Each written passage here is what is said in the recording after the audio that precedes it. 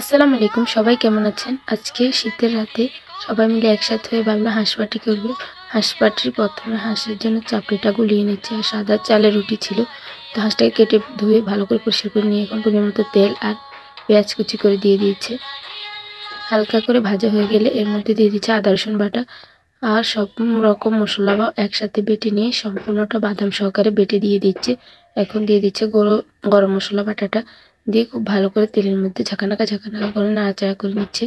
নেওয়া হয়ে গেলে মশলাটা যখন তেলের উপর চলে আসবে আগে থেকে ধুয়ে রাখা হাঁসের মাংসটা দিয়ে দিচ্ছে। এটা ছিল রাজহাঁসের মাংস, দিয়ে খুব ভালো করে কষিয়ে নিচ্ছে। এ পর্যায়ে দিয়ে দিচ্ছে হলুদ গুঁড়ো পরিমাণ মতো। হাঁসটা বড় ছিল তাই হলুদ গুঁড়ো মরিচের গুঁড়ো সবটাই একটু বেশি বেশি লাগছে। তো মরিচের গুঁড়োটা দিয়ে খুব ভালো করে নাড়াচাড়া ঝাঁকানাকা করে নিয়ে নিচ্ছে। আমার বোনের হাতের এই হাঁস রান্নাটা এতটাই মজা হয়েছে খেতে, আপনারা চাইলে ঠিক এইভাবে রান্না করে নিতে পারেন। অল্প একটু টেস্টিং চাল দিয়েছিল, তা কষিয়ে খুব ভালো করে পানি রান্নাটা হতে হতে 2.5 থেকে 3 ঘন্টা লেগে গিয়েছিল। খাওয়ার শেষে ভিডিও করতে একটু মনে ছিল না, তো খাওয়ার শেষ পর্যায়ে একটু ভিডিও করে নিলাম। কেমন হয়েছে অবশ্যই কমেন্টে জানাবেন। আর ভালো লাগলে চাপড়িটাও বানিয়ে নিচ্ছে। লাইক এবং শেয়ার করতে ভুলবেন না। আল্লাহ হাফেজ।